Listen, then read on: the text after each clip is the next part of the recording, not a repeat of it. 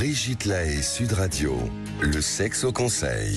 Comment renouer avec son désir, Sandy Boulanger, parce que c'est pas normal de ne plus avoir de désir. La libido, c'est notre moteur.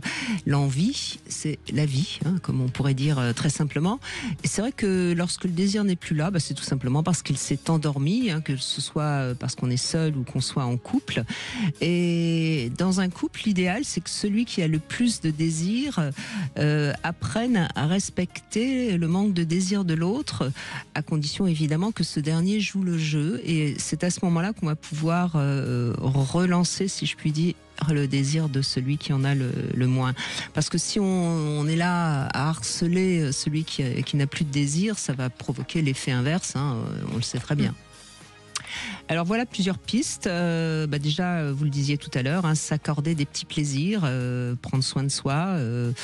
C'est vrai que le laisser aller est certes confortable, mais c'est un obstacle au désir, à la fois au sien et à celui de l'autre. Hein. C'est bien la salopette de jardinage ou le jogging du canapé, mais ce sont des tu-désirs, ça.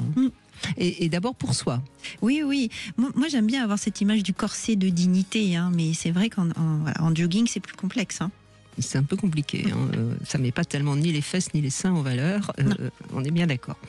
Alors évidemment, continuer à se masturber, hein, parce que c'est quand même comme ça qu'on entretient l'appétit, hein, et c'est vrai que c'est important, même si on n'a plus d'envie, plus de désir, essayer au moins un petit peu de s'occuper de son sexe, hein, et puis de lui parler un peu de l'hydrater surtout, n'oublions jamais. Il faut créer son cinéma intérieur, hein, c'est-à-dire sa fantasmatique, même quand on fait l'amour avec son ou sa partenaire, hein, et puis on n'est pas obligé de lui dire ce à quoi on pense, hein.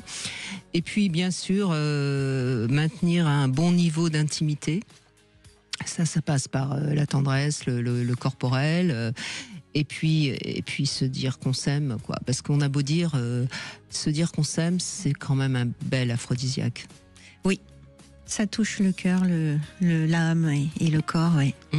Et généralement, entre le cœur et le corps, il y a un petit peu de connexion, hein, normalement. Oui. Hein, normalement.